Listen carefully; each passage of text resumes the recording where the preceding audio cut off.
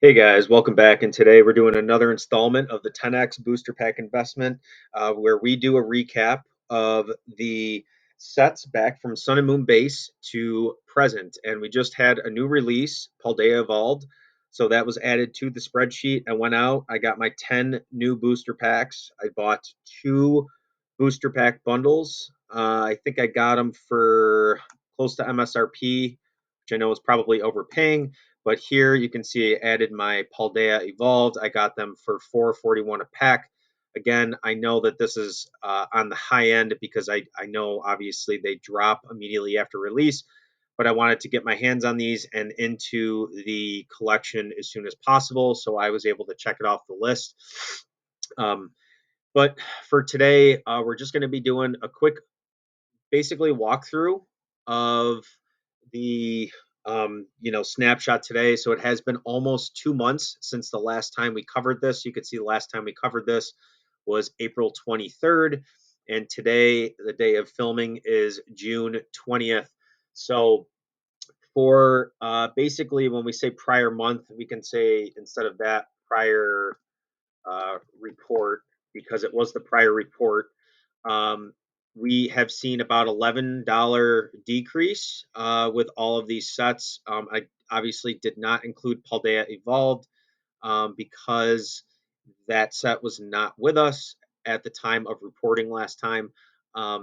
But overall, we do see our first decline in the summer months here, which I'm not surprised about. People are out doing stuff. There's more going on. Um, they're spending less time indoors and buying Pokemon cards, basically, right? So I'm not surprised to see this from a kind of macro level for this specific investment that I'm kind of tracking here. Um, and you can see that we are still up a total of about $500 in this total investment, um, based on our cost basis, which is the total all-in cost here, which continues to be updated with our additional booster packs as we add them moving forward. So without further ado, let's jump into um, the comparison from April to June 20th, which is today. So let's go ahead and hide the columns we are not worried about. So um, again, we saw about a negative 2% return over the last approximately 54 days. That's not horrible. Again, this is the period of time for collectibles when things are somewhat stagnant or tend to retrace because there's just it's not everybody's focus during the warm and summer months. So let's go ahead and focus on some individual sets and figure out what's doing well and what is not doing well. So if we want to zoom in here so we can get a nice idea. Number one, Sun and Moon. So if you remember back to April 27th, the last time we covered this, we saw a massive growth. We saw about a 56% change. So they were sitting around, I think, $5 a pack. Now they're sitting around closer to $6 a pack. So we still net saw some kind of an increase there. But overall, I guess I'm not surprised after seeing something like a 56% increase that we saw some kind of retrace there because to be honest, there's not much going on in the Sun and Moon base set in terms of these singles. Next one, Pokemon Go, coming in at number two, is the worst performing set over the last 54 days. We saw about a minus 15% return. Um, Overall, it was like a 20-cent decrease per pack, but in the grand scheme of things, that is about a 7% decrease per pack. So that is relatively large in terms of the overall value invested in that set. Coming in at number three is Lost Origin. Again, kind of a similar takeaway here. Um, we did see about a minus 15% decrease. And then really the next 4 to 5 are all in a very, very similar boat. I think people are just focusing on some of the newer sets, some of the newer stuff. And then, with it being the summer, um, focusing, if they are focusing on anything, some of the stronger sets, the sets that are being a little bit more hyped up right now, which we'll basically get into at this point, which is um, a couple things that I think at least one of these is a surprise. So let's start with the first one, which I think is the most obvious. Team Up has been, in my opinion, I think there might be some market manipulation going on. We've seen some kind of ridiculous numbers for some of the singles and the PSA 10s, and it kind of seems like if you do a little bit of due diligence and research into the eBay sales for those PSA 10s, you'll realize that there's some kind of funky stuff going on. Same certs being sold one day $1,000, next day $2,000. That's a broad example, and I'm not going to go into specifics, but I encourage you guys to do some research. But I think some the stuff like that is kind of contributing to this wide and wild swing in booster pack prices as Team Up approaches the $30 mark.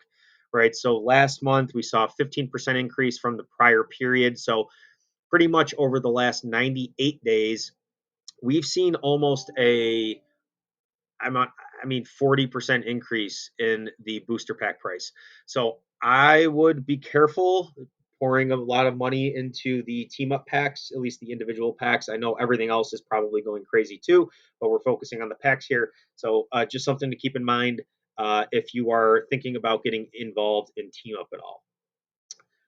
Number two, I am not surprised to see this. This is the battle styles. We saw about a 14% increase. I am I am actually a fan of battle styles. I mean, I have a case of booster boxes. Obviously, I have 10 loose booster packs. Um, and then I do have like a case of the sleeve blisters, but overall, I think Battle Styles eventually will see its day in the sun. I think it's going to do well long term. It's the first set ever where we saw the alternative arts, at least in the Sword and Shield era, or it was reintroduced in the Sword and Shield era in that set. Obviously, we had alternative arts in the Sun and Moon era, but it wasn't until Battle Styles where it became kind of more of a focus and somewhat easier to pull, because I know in the Sun and Moon sets they are kind of hard to come by, relatively speaking. So Battle Styles, not surprised to see that there. It's been at in my opinion, a very, very, very low and undervalued price. And I think it'll continue to do well moving forward. Evolving Skies, not really going to touch too much on this set. If you want to take a look on my page, I've got some other Evolving Skies dedicated videos. I think this is going to continue to do well into the future. And, it's just got strong fundamentals and great cards, great chases.